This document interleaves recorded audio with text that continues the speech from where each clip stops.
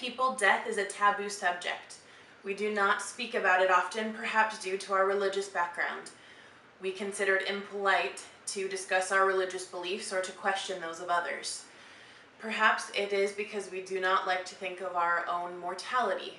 We are afraid of the fact that someday we all must die, and so perhaps this is an explanation for this phenomenon. Another explanation for us personally might be our demographic, that people our age simply do not have death on their radar. Perhaps we have not had encounters with death, or we feel too far removed from the issue to actually be worried about it or to think about it at all. However, Benjamin Franklin said that nothing is certain except death and taxes, and as tax day has just passed, I believe it's time to talk about the other subject, which is that of death, particularly of what we choose to do with our corpses after we die. Now, there are several options, and today I will be hoping to persuade you to consider the green or the natural option, and I will explain what that is here shortly. Something that people do not consider perhaps is the environmental impact that we can have on this world even after we are dead. The traditional methods of dealing with a dead body are either embalming and interment or cremation. In the Journal of the American Planning Association, there was an article written in 2010 that talked about the popularity of cremation in different parts of the United States. And it is most popular in the western states and least popular in the South, and followed closely by the Midwest. In Mississippi, in 2005, 9.6% of people were cremated after they had died, as opposed to Nevada, where 65.1% were cremated.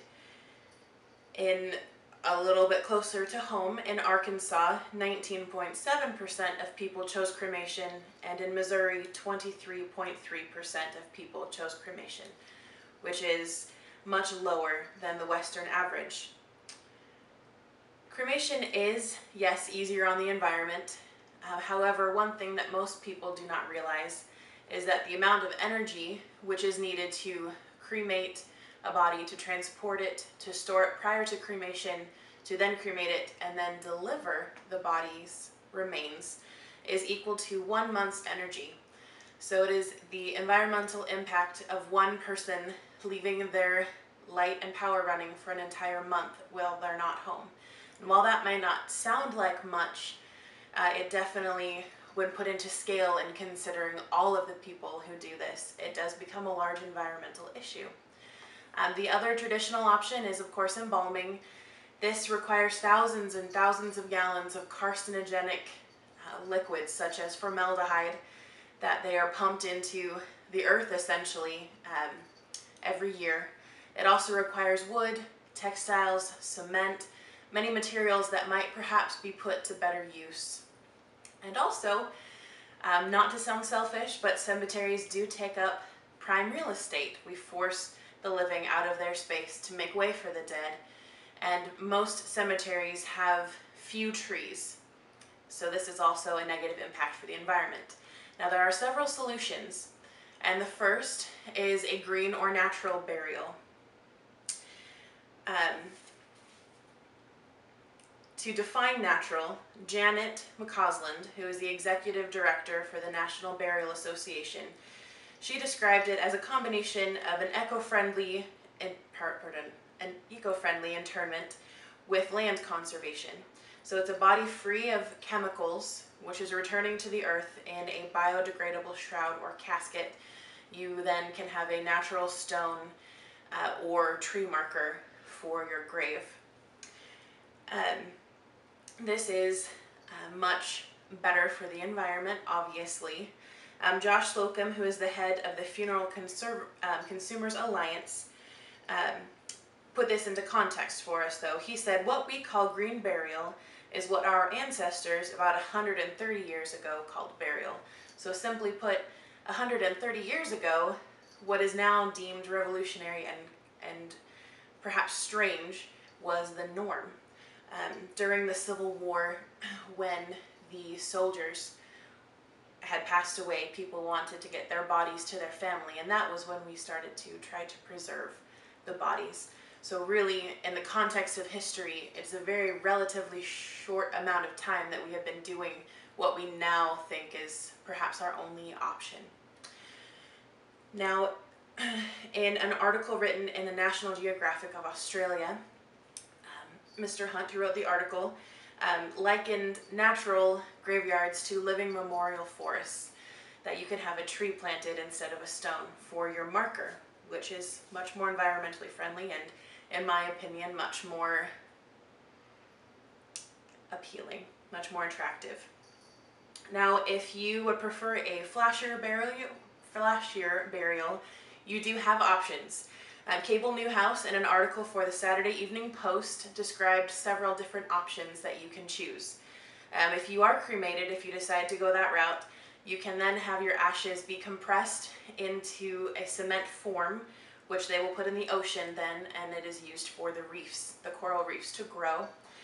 You can also have a portion of your ashes or a lock of your hair compressed into a diamond. That costs about $20,000. Or there is a company called Celestis, which for $1,000 will put a portion of your ashes into a payload container, which is then launched into space. And for $10,000, they guarantee that your ashes will reach the moon. Deborah Ihorn in the New York Times wrote an article about a more recent invention, and that is the fact that you can have your body turned into mulch. It's actually, which would then be used for land conservation or perhaps in parks to help put nutrients back into the earth. So that is also an option. People might worry that there will be no physical location for their descendants to come and pay their respects. However, with the natural cemeteries, they do provide GPS coordinates, and you can also have a tree or a natural stone marker left. Now, all of these ideas might sound a little strange, they might sound a little kooky, but just because we pass away does not mean that we can ignore the impact that we have on this earth after we die.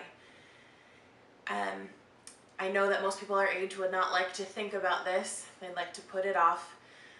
I am a little bit older than most of you. I'm 29, and a few years ago, was present for the passing of my grandmother, and it put all of this into perspective for me. Death no longer is something that I fear. I've been around it, and it's actually a beautiful thing, and there's nothing to be afraid of. Making arrangements for yourself prior to dying might seem a little strange, and it might seem like you're focused on death or preoccupied with it. That's not the case. You're preoccupied with your legacy that you leave and the environmental impact that you can make. So I would urge you to consider it. Caitlin Doherty, who is 28, she's a funeral director in California, said, "Our pathological fear of death comes from treating it with so much doom and gloom. The solution is to do away with all the nonsense of the traditional burial." And Cable Newhouse in his article said, "Your earthly remains decompose into earthy remains, thus preserving the land for use by the living." I urge you to consider, or to at least think about, the option of an environmentally friendly burial. Thank you for your time.